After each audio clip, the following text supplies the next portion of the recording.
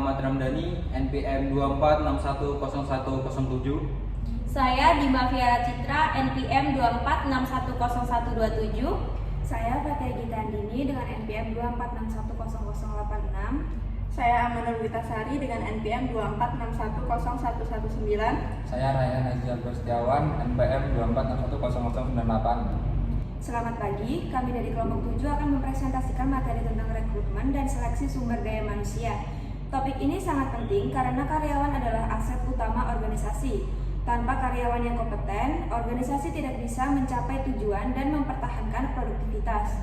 Presentasi ini akan membahas pengertian rekrutmen dan seleksi, tujuan, sumber tenaga kerja, metode dan tahapan seleksi, serta contoh penerapan dalam pelayanan kesehatan. Dengan pemahaman ini, kita bisa melihat bagaimana organisasi secara strategis memperoleh karyawan yang tepat. Untuk materi yang pertama yaitu pengertian rekrutmen dan seleksi. Rekrutmen adalah proses untuk menarik kandidat yang potensial agar tertarik bergabung dengan organisasi. Menurut Noto Mojo 2009, rekrutmen bersifat kuantitatif, artinya fokus pada jumlah pelamar. Organisasi ingin memiliki banyak calon sehingga ada pilihan yang memadai untuk tahap seleksi berikutnya. Misalnya, rumah sakit membuat pengumuman lowongan perawat di media sosial dan universitas agar banyak lulusan melamar. Sementara itu, seleksi adalah tahap untuk menyaring calon agar hanya yang paling sesuai dengan kebutuhan organisasi yang diterima. Husein Umar 2008 menentukan seleksi bersifat kualitatif, menekankan mutu. Seleksi bukan hanya melihat kemampuan teknis, tetapi juga kepribadian, motivasi, dan kecocokan dengan budaya organisasi. Jadi, rekrutmen dan seleksi saling melengkapi. Rekrutmen menyaring banyak calon, seleksi memilih yang terbaik. Untuk materi yang selanjutnya yaitu tujuan rekrutmen dan seleksi. Tujuan rekrutmen dan seleksi sangat strategis. Yang pertama, organisasi ingin memperoleh tenaga kerja yang kompeten dan sesuai dengan kebutuhan spesifik. Yang kedua, rekrutmen dan seleksi membantu menjaga produktivitas organisasi agar tetap stabil. Yang ketiga, proses ini dapat mengurangi turnover atau perpindahan karyawan karena ketidaksesuaian pekerjaan. Selain itu, menurut Sedarmawati, tujuan lainnya adalah meningkatkan daya saing organisasi melalui karyawan yang inovatif, menurunkan biaya akibat kesalahan perekrutan, serta menjamin keadilan dan transparansi. Artinya, proses ini tidak hanya teknis, tetapi juga memiliki aspek etika karena kesalahan dalam rekrutmen dalam merugikan organisasi dan karyawan. Materi yang selanjutnya adalah tenaga kerja bisa berasal dari internal maupun eksternal organisasi. Sumber internal mencakup promosi, mutasi, dan rotasi karyawan yang sudah ada. Kelebihannya, karyawan internal sudah mengenal budaya organisasi dan lebih cepat beradaptasi. Namun, kelemahannya ide baru mungkin terbatas. Sumber eksternal berasal dari luar organisasi, misalnya melalui iklan lowongan, kampus, atau media sosial. Kelebihannya, masuknya perspektif baru dan inovasi, namun proses adaptasinya lebih lama dan biaya seleksi lebih tinggi. Selain itu, saat ini organisasi juga menggunakan sistem magang, referral, outsourcing, dan platform digital untuk memperluas sumber tenaga kerja. Kombinasi internal dan eksternal sering menjadi strategi terbaik untuk keseimbangan antara budaya dan inovasi. Metode seleksi SDM. Metode seleksi bertujuan menilai kualitas calon karyawan dari berbagai aspek. Metode yang umum digunakan antara lain seleksi administrasi, yaitu pengecekan dokumen, kualifikasi, pendidikan, dan pengalaman kerja. Tes tertulis seperti psikotes, tes akademik, atau tes teknis sesuai bidang pekerjaan.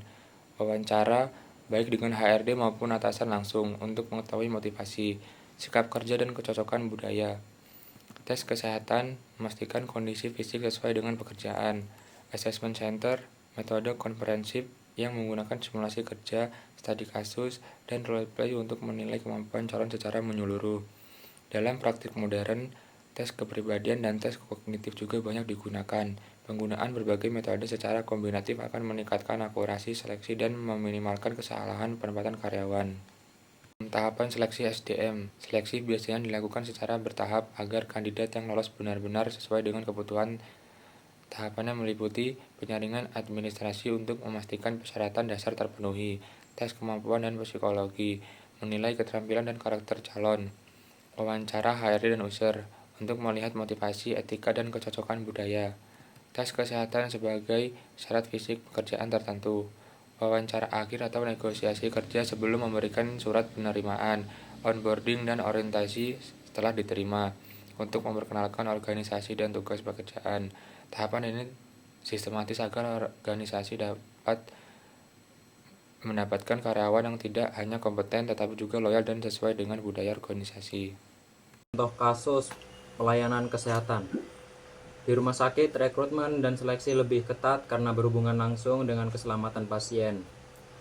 Dokter dan perawat direktur melalui kerjasama dengan universitas, forum profesi, dan lowongan resmi. Proses seleksi mencakup uji kompetensi medis, wawancara terkait profesi, serta simulasi penanganan pasien. Selain itu, karakter seperti empati, komunikasi, dan sikap profesional sangat diperhatikan. Rumah sakit, pemerintah bahkan menggunakan sistem CAT atau Computer Asset Test untuk memastikan transparansi. Sementara rumah sakit swasta menambahkan tes kepribadian dan situasional untuk menilai kesesuaian karakter. Ini menunjukkan bahwa seleksi bukan hanya teknis tetapi juga menilai kualitas manusiawi calon karyawan. Kemudian kesimpulannya, rekrutmen dan seleksi adalah fondasi dalam manajemen SDM. Rekrutmen berfokus menarik kandidat, seleksi memilih yang terbaik. Tujuannya memperoleh karyawan yang kompeten, menjaga produktivitas, meningkatkan inovasi, dan mempertahankan retensi karyawan. Sumber tenaga kerja bisa internal maupun eksternal, dengan kelebihan dan kekurangannya masing-masing. Metode dan tahapan seleksi harus sistematis agar hasilnya optimal. Contoh di pelayanan kesehatan menunjukkan bahwa selain kemampuan teknis, aspek karakter, empati, dan etika juga sangat penting. Dengan strategi rekrutmen dan seleksi yang baik, organisasi dapat mempertahankan kualitas layanan dan meningkatkan daya saing dalam jangka panjang. Demikian presentasi dari kelompok kami mengenai rekrutmen dan seleksi sumber daya manusia. Semoga materi ini dapat bermanfaat dan menambah pemahaman kita bersama. Terima kasih. Mohon maaf bila ada kekurangan. Kami akhiri. Wassalamualaikum warahmatullahi wabarakatuh.